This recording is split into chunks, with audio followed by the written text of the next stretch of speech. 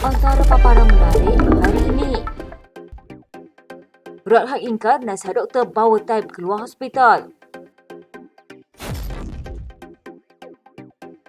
DAP tak perlu sokong PUAS secara terbuka. Zahid minta tegur kacang hantu parti masing-masing.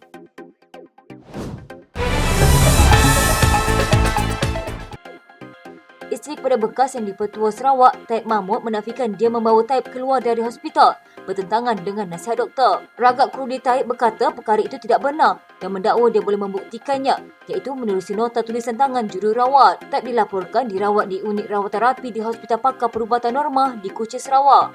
Menurut nota yang dikongsi Ragat, pada jam 1.40 tengah hari Sabtu, doktor dimaklumkan oleh Ragat ingin membawa Taib pulang dan seorang doktor mengambil maklum permintaan itu. Kemudian pada pukul 1.45 tengah hari, seorang doktor berkata infusi perlu dilakukan sebelum Taib dibawa keluar. Pada pukul 2 petang, nota tersebut mencatatkan berita Taib ketika itu dan mengakhiri nota itu dengan catatan menunggu untuk dikeluarkan. Menurut laporan polis yang didakwa dibuat oleh seorang doktor, pada lewat Sabtu, Ragat didakwa mencabut alat perubatan yang dipasang di tubuh Taib tanpa memaklumkan kepada hospital. Dia kemudian diletakkan di kursi roda dan dibawa keluar dari hospital. Laporan itu dibuat beberapa jam selepas insiden tersebut. Terdahulu, polis mengesahkan menerima laporan berkenaan perkara itu. Laporan polis kedua oleh ahli keluarga Taib yang lain dilaporkan dibuat pada Ahad lalu berdasarkan laporan pertama. Menurut laporan polis kedua, tiada adik-beradik Taib mahupun 4 anaknya dimaklumkan berkenaan lokasi dan keadaan kesihatan bekas Ketua Menteri Sarawak itu. Taib menjadi Ketua Menteri Sarawak sejak 1981 hingga 2014 sebelum dilantik menjadi Yang di-Pertua Negeri Sarawak. Dia sepatutnya memegang jawatan itu sehingga akhir bulan ini. Namun tempoh perkhidmatannya dipendekkan selepas pelantikan bekas Yang di-Pertua Dewan Negara Wan Junaidi Tuanku Jaafar ke jawatan itu. Polis menyiasat kes itu mengikut Seksyen 336 Kanun Keselesaan atas kesalahan perbuatan cuai sehingga membahayakan nyawa atau keselamatan orang lain. Tahun lalu, seorang anak Taib, Sulaiman Abdul Rahman, memfailkan injaksi mahkamah bagi menghalang saham sebuah syarikat dipindah milik kepada Ragat. Tony Poa berkata DAP tidak perlu mengisytiharkan sokongan mereka secara terbuka terhadap dirinya selepas beliau dipanggil polis untuk siasatan di bawah Akta Hasutan.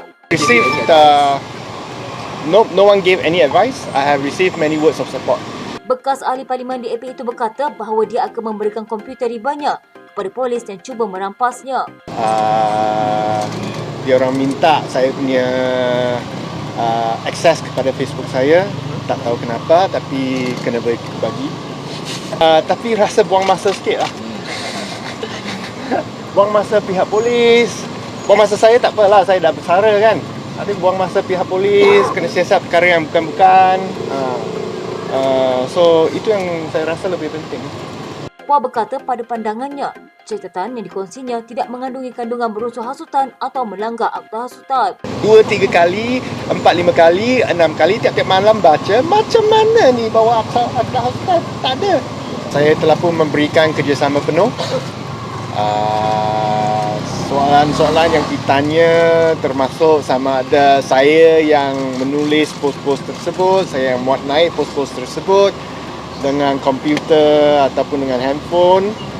Katanya beliau diberitahu bahawa siasatan itu dibuat berikutan laporan yang diterima di Johor daripada UMNO. Saya tak tahulah, dia orang tak sebut, tapi oleh pihak UMNO di Bukit Aman berkata ia menyiasat kenyataan Puan berkait pengampunan bekas Perdana Menteri Datuk Seri Najib Razak dalam kes SRC International.